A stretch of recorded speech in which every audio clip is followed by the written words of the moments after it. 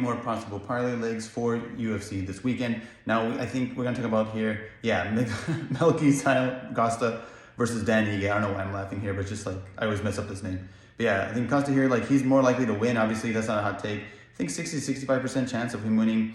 And I think, he's got the finish. Or not, you know what? Ige has a lot of power in his hands too. I mean, Melky, Costa, he likes to end a lot of kicks and stuff. And I think he does have a kind of versatile tool set to him, so I think he's gonna give trouble to Ige. Now Ige is always a good dog though. When he's a dog, he shines through. So I think that is a good pre-hedge option, or even just if you like a little sprinkle on him, I think that is really good. Over 1.5 rounds, I think that does hit more often than not. Starts round 2 if you want to do a little chalkier and safer. I think that's really good too. But I do think that's good. So maybe have Costa in a separate parlay, and then the other parlay would be starts round 2 or 1.5. And then if you feel need to pre-hedge or hedge, if you want to, I think Ige, even sprinkle on that Ige by inside the distance, maybe KO if you have some plus money, just in case, because he's a good dog. Now another one, speaking of like some volatile fighting here, we got Sergey Spivak versus Ante Delija. Now we know it's heavyweight guys, so it's kind of, always gonna be red flag city, but I think Delija, I still am leaning him. I mean, more often than not, just because of the power in his hands, I think he'll start, it's heavyweight, so I mean, Spivak could get a takedown, but that's just going to be his bread and butter. That is more likely his path to victory, and I think it's going to be kind of tough in the beginning to do so, at least.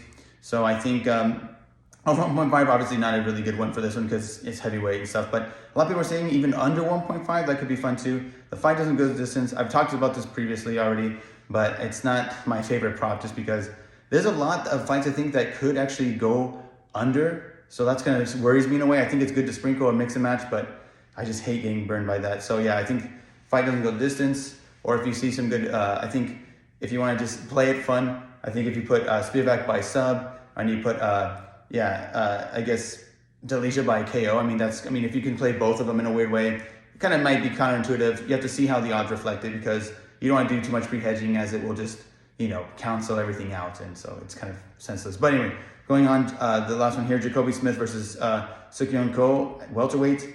Now, I think I am leading Smith here. 51, maybe 55% chance of him winning, I think, more often than not, maybe almost 60. But I think, he's got that unbeaten slate where he can just, he should keep the momentum going. But it's a tough one, though. I think if you don't like that, I think another one is good over 1.5 rounds. I mean, it's welterweight, and they're both, pretty durable fighters, I believe. So I think starts round 2 over 1.5 is a decent one if you want to do a 2-leg and not have Smith as a money line.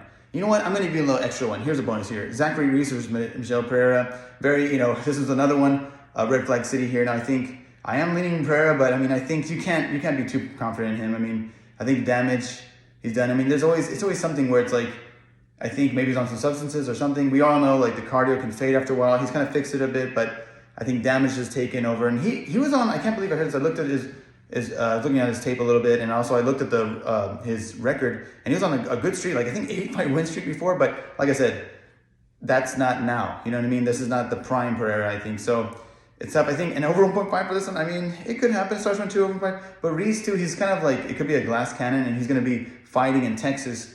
It's awesome. Shout out to Texas, man. But I think the crowd could get him going, and he's either kill or be killed. Not the best defensively sound fighter.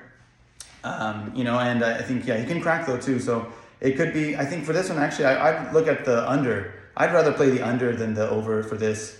And I think money line, it's just, Reese is a dog, you can sprinkle on it. But yeah, I'm not really jumping to bet this fight. I think the under is decent though. That could be a fun one. If you have some decent odds, might be an okay parlay piece. But like I said, I have a love-hate relationship with that. So let me know what you guys are liking or fading on this. And yeah, keep it here.